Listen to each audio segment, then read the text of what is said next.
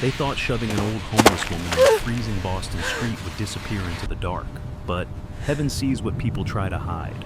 A retired Navy SEAL stepped forward, his loyal German shepherd at his side, and the night seemed to go still. When the woman lifted her bruised face toward him, something deeper than memory cracked open. He knew that face. But she had been declared dead years ago. Some reunions are written by fate, some are delivered by God himself. If this story touches your heart, please share your thoughts in the comments, hit the like button, and subscribe to the channel. May God bless everyone watching. The slap that broke the winter night, a bitter winter wind swept across Boston Harbor, carrying shards of cold sharp enough to sting exposed skin. Snow clung to the sidewalks in uneven layers, the city lights turning each patch into a dull sheet of silver. Outside the 24-hour harbor diner, neon signs flickered in red and blue, casting restless shadows across the empty parking lot. Noah Carter stood beside his old pickup truck, bracing himself against the cold. At 40, he carried the build of a man shaped by discipline and war, broad shoulders, strong forearms, a chest still firm despite the limp in his left leg. His face, weathered but striking, held the quiet sternness of someone who had seen too much. A faint scar curved along his jaw, a souvenir from a mission he never spoke about. His dark hair, cropped short, was touched by the barest hint of gray near the temples, more from sleepless nights than age. He wore a navy winter coat that reached mid-thigh, a red and black flannel shirt underneath, and faded jeans tucked into worn brown boots. Even dressed like an ordinary Boston local trying to survive the cold, Noah radiated something unmistakable, an alertness, a readiness, the kind of presence people unconsciously step aside for. Beside him sat Ranger, his 5-year-old German shepherd. The dog was large and powerfully built, his coat a deep blend of black and tan. Two intelligent amber eyes scanned the block with a soldier's precision. The black harness strapped across his chest bore the stark white letters, "Service dog, do not pet." Ranger's ears twitched with every noise, the distant hum of tires on wet asphalt, the clicking of an icy street lamp, the muffled laughter spilling from the diner. They had just returned from the cemetery. Noah's gloves were still cold from touching the headstone of Eli Porter, his closest friend in the Navy SEALs. Eli had died years ago in what the Navy called a training accident, but the ache in Noah's chest had never agreed with the report. Tonight, as he stood in the winter's quiet cruelty, a dull pressure pressed deeper into his ribs. Something felt wrong, something in the air, something he couldn't name. Across the street, an elderly homeless woman pushed a battered shopping cart through the wind. Margaret Lane, though Noah didn't yet know her name, moved with the fragile slowness of someone weighed down by both age and sorrow. Her silver hair, tangled and matted, fell across a narrow, pale face. Her coat, once gray, now hung on her like a thin, fraying curtain, unable to fend off the winter chill. Her boots were mismatched, one torn at the heel, the other tied with an old shoelace. She muttered softly to herself, as if her thoughts had long ago become her only companion. Each step seemed a negotiation with pain. She was thin, too thin, her bones pushing against her skin, her breath shallow in the freezing air. Near the diner's side entrance, 4 young men clustered around a black pickup truck, drinking straight from a bottle. Their leather jackets glistened with sleet, chains hanging from their belts as if to enhance the illusion of toughness. Their laughter echoed flat and hollow, the kind that belonged more to insecurity than joy. They were the type who mistook volume for power and cruelty for confidence. Noah watched them from across the road, a faint tightening in his jaw. He had seen dozens like them growing up, angry, restless, eager for any excuse to throw their weight around. He could read trouble the way some people read weather, and trouble was settling in. Margaret's cart hit a deep crack in the pavement. It jerked sideways. She stumbled, her frail body pitching forward, and the edge of her cart brushed against the arm of the tallest drunk. He spun around, eyes bloodshot, face flushed with alcohol. "Watch where you're going, you trash," he snarled. Noah's spine snapped straight. Ranger's ears shot up. The man shoved Margaret, barred. She fell backward onto the concrete, the impact knocking a small gas from her chest. Her cart toppled, spilling blankets, plastic bags, worn photographs, and tin cans across the snowy boardwalk. Her hand trembled as she tried to push herself upright. The tall man stepped closer. Then came the sound, a sharp, vicious slap. It cracked through the cold air like a branch snapping under weight. Margaret's head whipped to the side, her cheek instantly reddening, her eyes widening in shock, not just from pain, but from the humiliation of being struck like that, out in the open, unseen by anyone who cared. Noah's throat tightened. A memory surfaced. Eli's voice, laughing in the barracks, promising they'd always have each other's backs. Another memory, Noah cradling Eli's dog tags in his fist the day the body arrived home under a flag. Violence did not frighten Noah. Cruelty did. He opened the truck door. Ranger rose to full height, body taut, ready. Across the street, the drunks kept laughing, proud of what they'd done, as if hurting a defenseless old woman made them kings of the night. Margaret teetered, her vision swimming, the cold pavement tilting beneath her. She looked like a wounded bird trying to rise on a broken wing.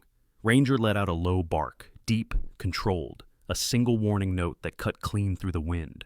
Something shifted in that instant. The night itself seemed to inhale. Margaret's knees buckled, her body pitched forward toward the icy ground. Noah stepped out from behind his truck.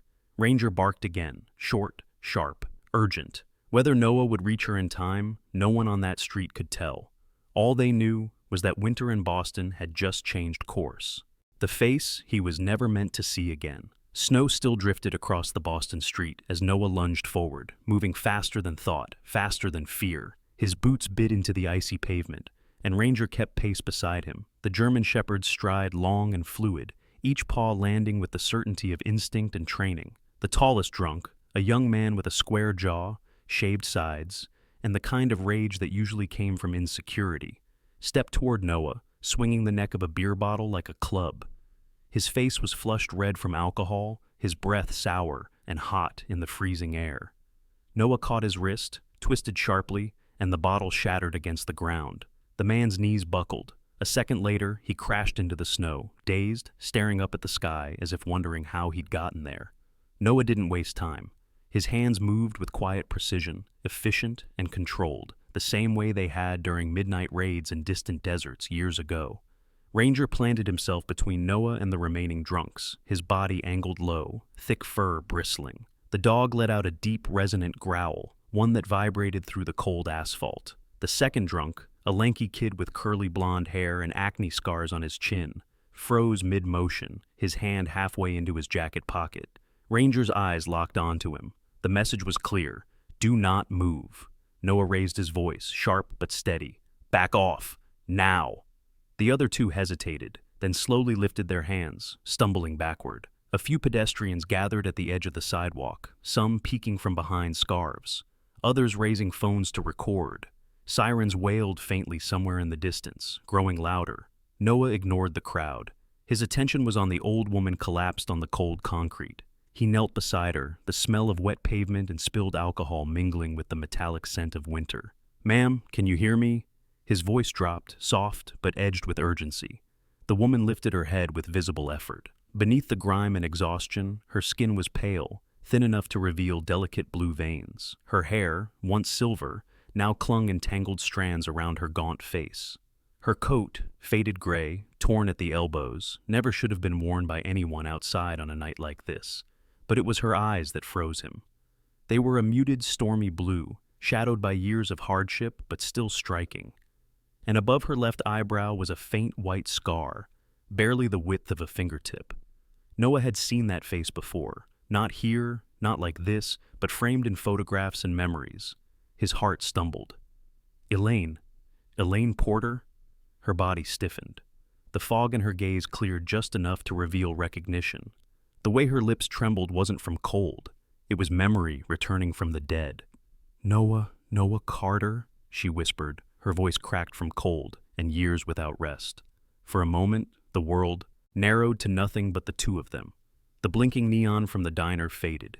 The snow fell in silence, and the city around them seemed to pause.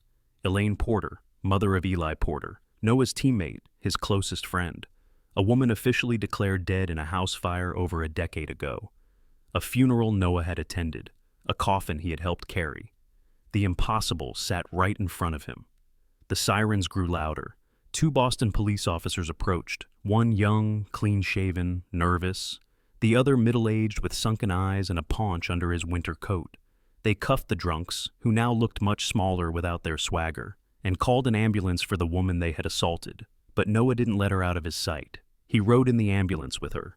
Ranger paced anxiously in the back of Noah's truck as he followed it through slushy streets. By the time they arrived at the small neighborhood hospital near South Boston, Elaine was shivering violently, her breath shallow. Doctors checked her for bruises, frostbite, fractures. She insisted she was fine. Noah could see the truth. She was terrified of being anywhere official, anywhere with records. After a long moment, Noah stepped forward and spoke quietly to the nurse. "She's coming with me. I'll take responsibility." Something in his tone, firm, unwavering, made the nurse simply nod. Noah's apartment sat above a repair shop where he worked part-time. The living room was small but clean, the furniture modest, everything arranged neatly. Habit of a soldier who needed order to breathe. The heater hummed softly. A pot of soup simmered on the stove. Ranger lay beneath the kitchen table, chin on his paws, but eyes alert. He watched Elaine with curiosity, sensing both her fragility and the storm of fear under her voice. Elaine sat wrapped in a blanket Noah had placed around her shoulders, her hands still trembling. Up close, she looked older than he remembered from photographs. Life on the streets had carved shadows beneath her cheekbones and deep lines around her mouth. But she carried something fierce too, survival etched into every bone. For a long time, neither spoke. Finally, Elaine exhaled. The sound was thin, weary, like air escaping a collapsing world. "The fire," she whispered. "It wasn't an accident." Noah leaned forward, elbows on his knees, dread slowly coiling inside him. Elaine stared at the steam rising from her soup, as if it were a memory floating just out of reach. "I had to disappear. I had no choice." Her voice cracked. She swallowed hard. "And Eli's death. It wasn't what they told you. It wasn't training. They lied, Noah. They lied to all of us." Ranger lifted his head. Noah felt his pulse tremble in his throat. Every instinct he had honed in war, sharpened in an instant. "What happened?" he asked softly. Elaine's eyes glistened under the dim kitchen light. Her answer would change everything, but in that moment, she wasn't ready to speak the whole truth. And Noah knew the night had only just begun. The warehouse by the harbor and the mother's secret morning arrived in a muted haze. The winter sky heavy with gray as thick snow blanketed the roofs outside Noah's apartment windows.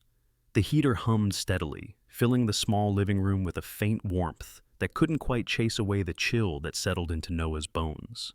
He sat at his small wooden table, a cup of black coffee steaming in front of him. Across from him, wrapped in a faded blanket, sat Elaine Porter, alive, trembling, and carrying the weight of 20 years of secrets.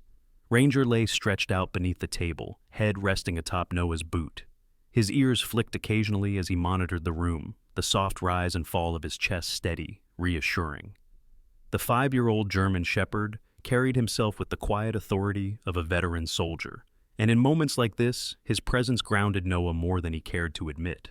Elaine lifted her coffee with both hands. The cup rattled against its saucer as she tried to steady her grip. Up close, Noah noticed new details, the faint bluish circles beneath her eyes, the small tremor in her lip when she exhaled, the way her shoulders curled inward like someone who had spent too many years shrinking away from the world. But beneath the fragility, there was a flicker of something else, a hardened edge shaped by survival, by loneliness, by fear that never quite slept. She drew in a breath. "I need to tell you everything," she said. Noah nodded once, bracing himself. Elaine's eyes drifted toward the frost-laced window as she began. Her voice was thin but controlled, as if she had rehearsed this story in her mind countless nights while sleeping under bridges or in alleyways. "Before Eli joined the Navy, I worked as an accountant for a shipping company. Harborline Logistics, small office, old building. Most people walked by without noticing it." She paused, fingers tightening around her coffee cup. But something wasn't right there. Shipments were recorded twice. Or sometimes not at all. Late-night deliveries, mismatched manifests. I thought it was sloppy bookkeeping. Her voice darkened. It wasn't. She described how she stayed late several nights, pulling hidden records, cross-checking invoices. What she uncovered chilled her. Unregistered crates filled with advanced weapon components, parts of rifles and targeting systems, military-grade electronics. Destined not for U.S. bases, but for conflict-torn regions overseas, places where American weapons were never meant to go. In those crates, she had found something else. The names behind it all. "A city councilman," she whispered, "the former police chief.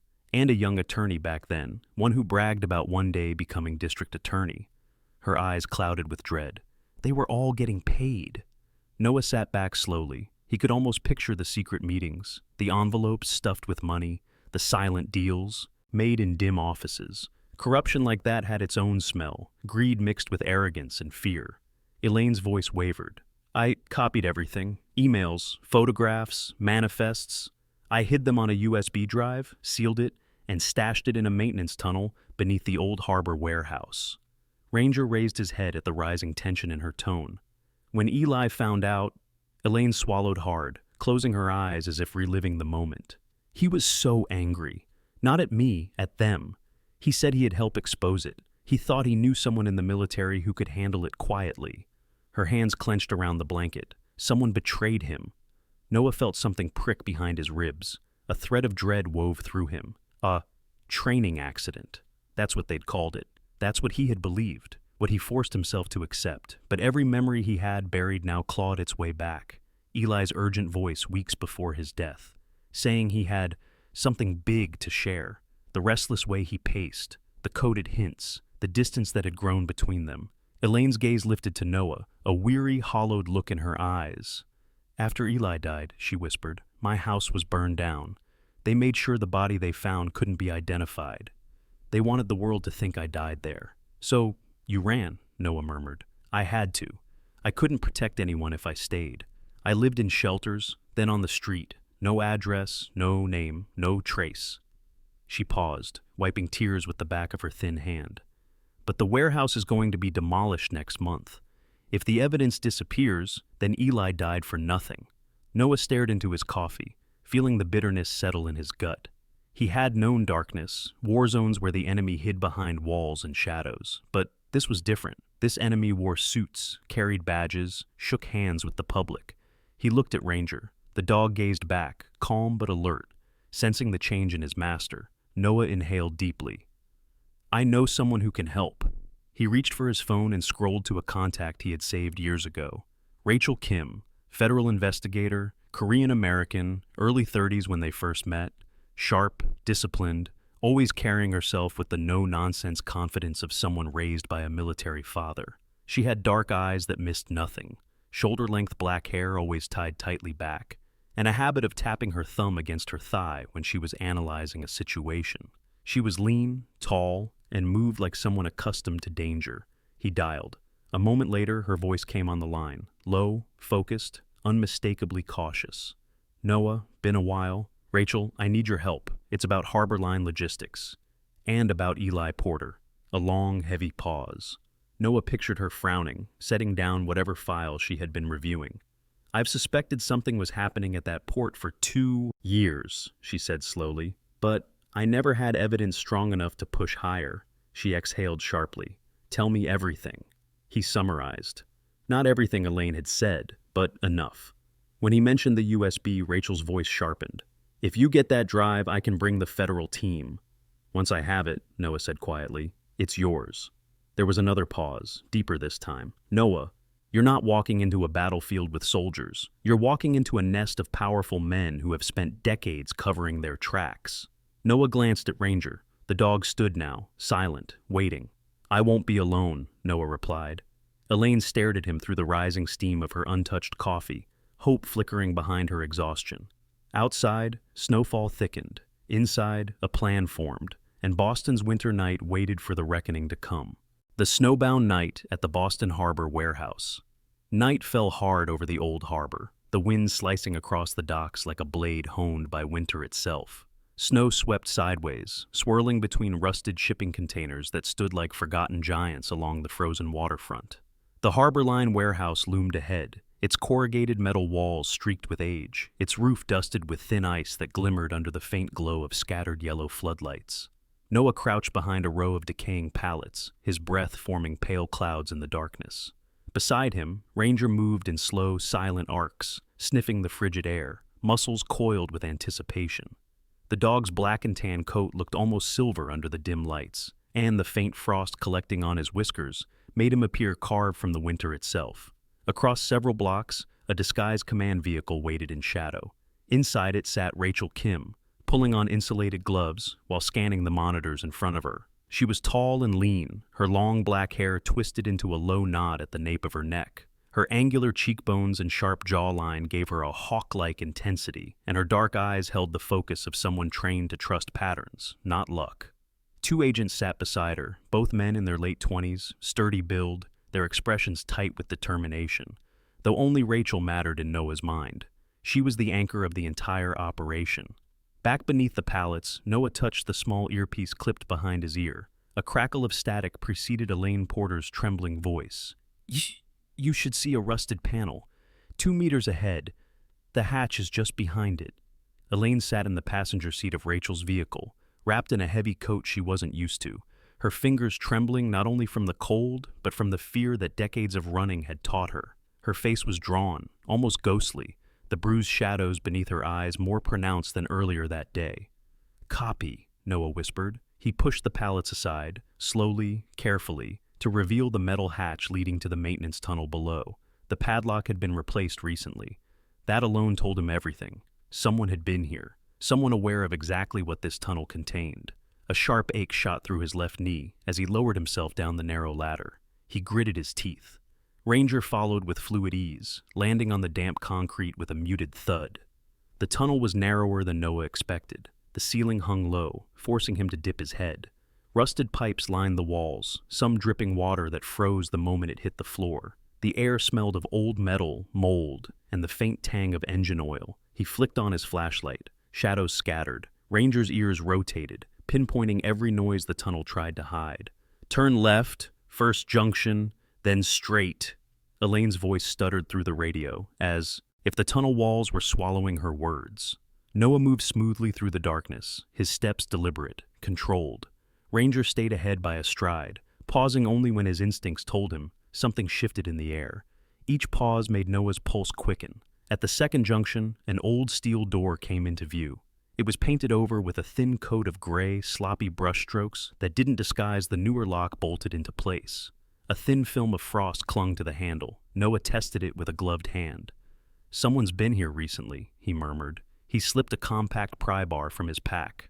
Ranger stepped back. Noah braced his shoulder, exhaled slowly, and drove his strength forward. The hinges groaned, metal grinding against metal. A long, low cry that echoed down the tunnel, then finally snapped free. Inside, the electrical control room lay in disarray, as though time had forgotten it. Panels lined the walls, their switches coated with dust. Yet one panel, just one, had screws that gleamed subtly in the dim light, their edges unmarred by corrosion. Noah removed the screws, each turn of his wrist tightening the coil of tension in his gut. The panel came loose, revealing a hollow space. Inside it rested a small waterproof case. He opened it. The USB drive was nestled between printed manifests and glossy photographs. Photographs of crates, of shipping labels, of men who should never have been near this warehouse, men whose faces Noah recognized from city briefings and newspaper articles. District Attorney Thomas Greer, with his meticulously combed sandy hair and surgically polished smile. Deputy Police Chief Daniel Cross, a broad-shouldered man known for his easy charm and ice-cold ambition. The sight of them made Noah's stomach twist. Ranger growled low, sensing the tension thickening around his handler. Noah slipped the USB into his inner coat pocket. The lights flickered down the tunnel. A faint scuff of boots sent Ranger's ears snapping upright. "They're coming," Noah whispered. Shouts bounced off the concrete. Flashlights sliced through the dark like searching blades. Metal clattered, someone chambering around. "Move, Ranger!" The retreat began with a sprint. Bullets ricocheted, sending shards of cement biting past Noah's cheek. His boots splashed through freezing puddles. Ranger bounded ahead, glancing back every few strides to ensure Noah still followed. A shot cracked close, too close, and Noah stumbled as a chunk of concrete exploded near his knee. His injured leg buckled and he nearly fell, but Ranger lunged backward, gripping Noah's sleeve and pulling him upright with a strength that startled even him. "Good boy, go!" They tore through the tunnel, boots pounding against metal grates, hearts hammering in tandem.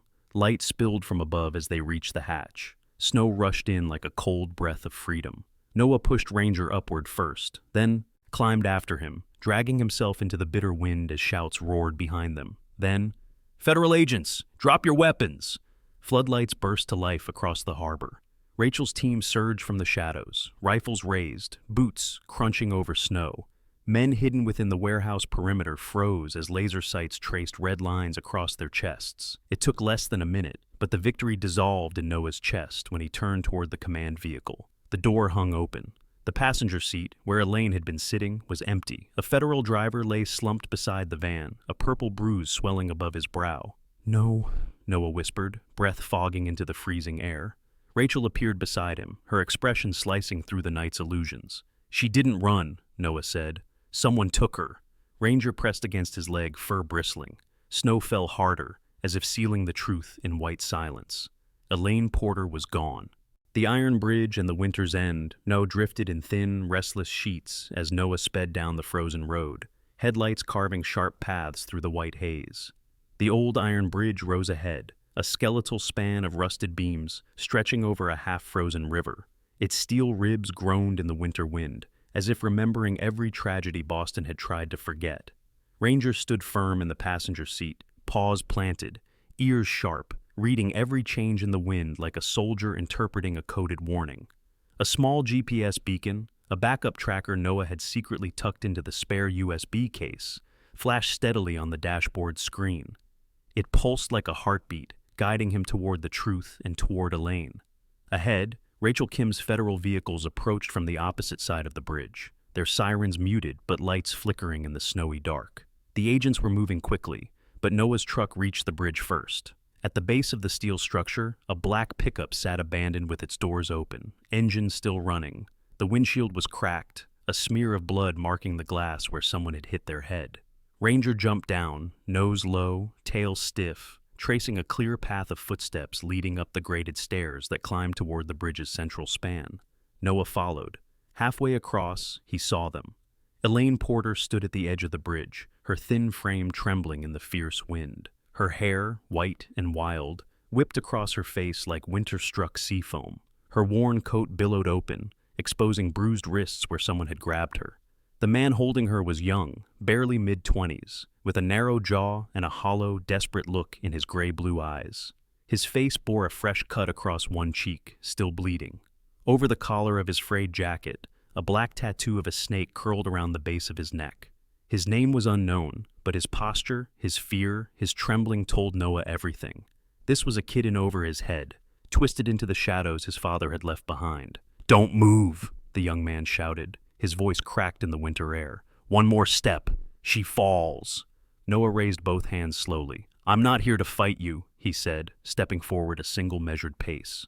"I'm here because she doesn't deserve to die on a night like this, and neither do you."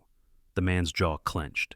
He pulled Elaine closer to the railing. She gasped as the icy metal bit into her back. "You don't know anything about me," the man snarled. "I've been trying my whole life to make my father proud. Everything I did was for him." Noah's voice dropped, calm, steady, painfully human. "Believe me, I know exactly what that feels like." Ranger crept closer, paws silent on the frozen metal, his ears lowered and his tail dropped slightly. Not aggressive, but careful, reading the trembling figure in front of them. "I spent years trying to make my commanders proud," Noah continued, "trying to be the perfect soldier. Lost brothers along the way. I lost Eli Porter because of men like your father." The young man flinched at the name, Eli, recognition flickering briefly behind his fear. Noah took another step. "You don't have to continue his mistakes," he said softly. "You can be the first person in your family who chooses something different." The wind howled between the metal beams. Snow swirled around them like white ashes. The young man swallowed hard, tears spilling over. "I never wanted to kill anyone," he whispered. I don't want this." "Then let her go," Noah said. "Right now, both hands, kneel, and tell the federal agents everything. You can't change what happened before tonight, but you can stop what comes next." For a long, breathless moment, the entire bridge seemed frozen. Then the man's grip loosened. Elaine collapsed backward, falling inward, not outward, and Noah lunged, catching her before she hit the steel. Ranger planted himself between them and the young man, body firm and ready. The man slowly knelt, hands laced behind his head, just as the blue and red glow of federal vehicles flooded the bridge. Boots clanged on the metal stairs as agents surrounded him. His shoulders sagged. the fear draining from his face, replaced by something almost like relief. It was over. Weeks later, Boston thawed. Snow melted in slow rivers down the gutters. News stations ran endless reports about the Harbor Line scandal. The district attorney, Thomas Greer, the deputy chief, Daniel Cross, and a list of businessmen and port officials who had quietly built a criminal empire on stolen military cargo. Elaine's USB and documents became the centerpiece of a sweeping federal case. One recovered fund, millions once hidden in offshore accounts, was redirected into support programs for veterans and the homeless. Elaine no longer slept under awnings or alleyways.